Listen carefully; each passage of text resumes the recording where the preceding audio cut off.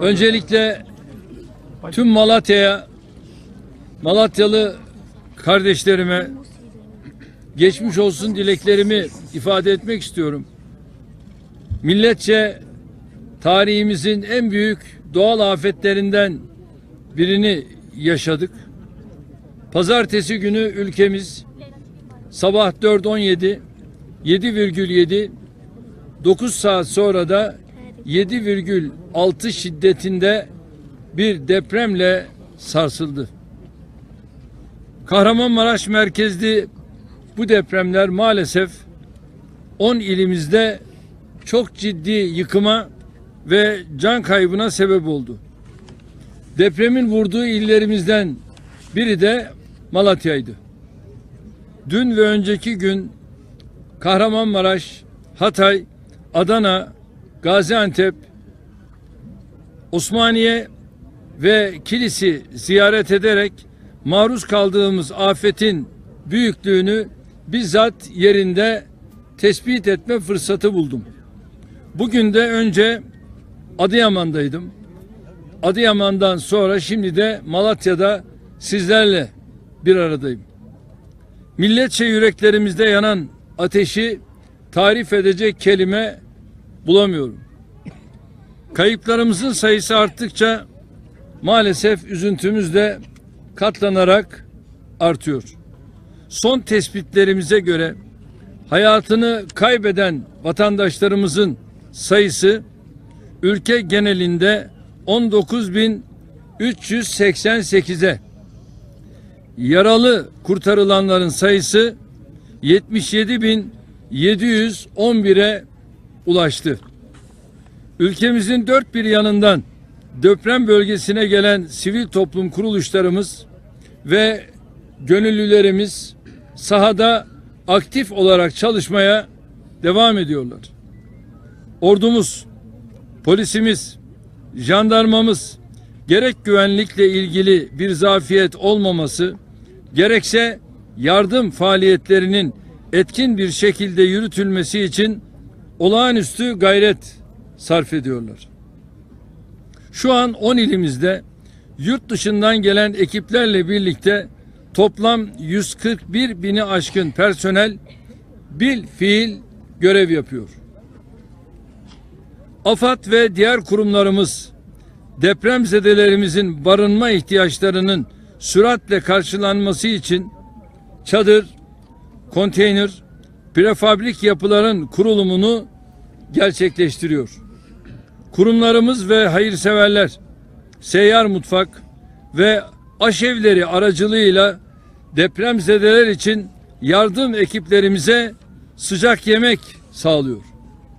Kendi yerlerinde, kendi imkanlarıyla günlük 20.000 kişilik, 50.000 kişilik, 100.000 kişilik sıcak yemek hazırlayıp ekmek yapıp şehirlerine ve çevredeki yerleşimlere dağıtan kişiler, kurumlar, sivil inisiyatifler olduğunu biliyoruz. Kamu kurumlarımız, belediyelerimiz, ülkemizin dört bir köşesinden yüzlerce yemek ve ekmek üretim aracını bölgeye gönderdi. Hiçbir ayrım gözetmeden burada canla başla çalışan herkesten Allah razı olsun. Devletimiz personeliyle, kurumlarıyla, aracı gereciyle, hasılı tüm imkanlarıyla vatandaşının yanındadır. Tüm bu çalışmalar için öncelikle 100 milyar liralık bir kaynak tahsis ettik. AFAD acil yardım ödeneğinden oturduğu binalar yıkılmış, ağır veya orta hasar görmüş vatandaşlarımıza hane başına 15.000 lira taşınma yardımı yapmaya başlıyoruz. Yine bu hanelerdeki vatandaşlarımızdan konteyner kentler dışında barınacaklara, ev sahibi olanlar için aylık 5.000 lira, kiracı olanlar için aylık 2.000 lira kira yardımı yapacağız. AFAD'ın yardım kampanyasına meclisimizden iş dünyamıza kadar geniş bir katılım olduğunu biliyoruz. Uluslararası camiadan da hem üzüntü beyanları hem yardım teklifleri almaya devam ediyoruz. Amacımız en kısa sürede acıları dindirmek ve insanımızın mağduriyetini gidermektir. Enkaz kaldırma çalışmalarının ardından inşallah yeniden inşa çalışmalarına başlayacağız. Çevre Şehircilik Bakanıma talimatı verdim. TOKİ aynı şekilde gerekli talimatı aldı ve süratle 10 ilimizde bir taraftan enkaz kaldırma çalışmalarını yapacak, diğer taraftan rezerv alanlarda da inşaatlarımızın yapımına başlayacağız. Sizlerden de bu konuda bir yıl müsaade istiyorum. Bir yıl içerisinde Allah'ın izniyle bu işi bitireceğiz. Hiçbir insanımızı çaresiz, sahipsiz bırakmayacağız. Deprem bölgesindeki vatandaşlarımızdan devletlerine güvenmelerini istiyorum. Bazı istismar şebekelerine sakın kulak vermeyin. Bu süreç istismar süreci değildir. Bugün birlik olma günüdür. Dayanışma günüdür. Tek yürek olarak vatandaşlarımızla el ele verme günüdür. Özellikle sosyal medya platformları vasıtasıyla yalan yanlış haberlerle sizleri galeyana getirmek isteyen provokatörlere kesinlikle prim vermeyin.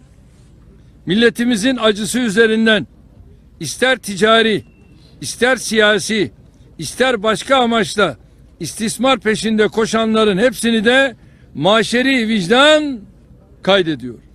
İşte olağanüstü hal yasasını çıkardık mı? Çıkardık. Niye çıkardık? Bunu istismar etmesinler diye. Bazı yerlerde soygunlar oldu. Marketler soyuldu. Düşünün. Bu millet harama hiçbir zaman tevessül etmez. Ve o marketlerin sahiplerine müracaat etseler, onlar zaten marketlerinde ne var ne yok hepsini seferber eder. Şu anda binlerce tır deprem bölgesine geliyor mu? Geliyor. Yiyecek her şey geliyor. Niye? Ya bu millet vefakar. Bu millet cefakar. Bu millet hiçbir zaman mağdura, mazluma el uzatmadan yapamaz. Bizim mayamızda bu var. Her şeyden önce Müslümanız ve biz bir ekmeği paylaşmasını da gayet iyi biliriz. Ve her zorluğun sonunda bir kolaylığın, her karanlığın sonunda bir aydınlığın, her gözyaşının sonunda bir ferahlığın olduğunu çok iyi biliyoruz. İçinden geçtiğimiz bu sancılı döneminde üstesinden hiç endişe etmeyin. Hep beraber geleceğiz. Ülkemizin daha önce yaşadığı felaketlerdeki yaraları nasıl hızla sardıysak inşallah burada da aynısını yapacak. Hiç kimseyi açıkta bırakmayacağız. Rabbim bizleri bir daha böyle ağır imtihanlarla yüz yüze bırakmasın diyorum. İlk günden itibaren deprem bölgesinde fedakarca çalışan tüm ekiplerimize, gönüllülerimize, sivil toplum kuruluşlarımızın her birine teşekkür ediyorum. Bütün bu vilayetlerimizde bakan arkadaşlarım görevli işi koordine ediyorlar. AFAD aynı şekilde koordinasyonunu sürdürüyor ve bütün parti teşkilatımın tüm elemanları aynı şekilde bu çalışmalarını sürdürüyor. Bir kez daha Malatyalı kardeşlerime geçmiş olsun dileklerimi ifade ediyorum. Allah yardımcımız olsun.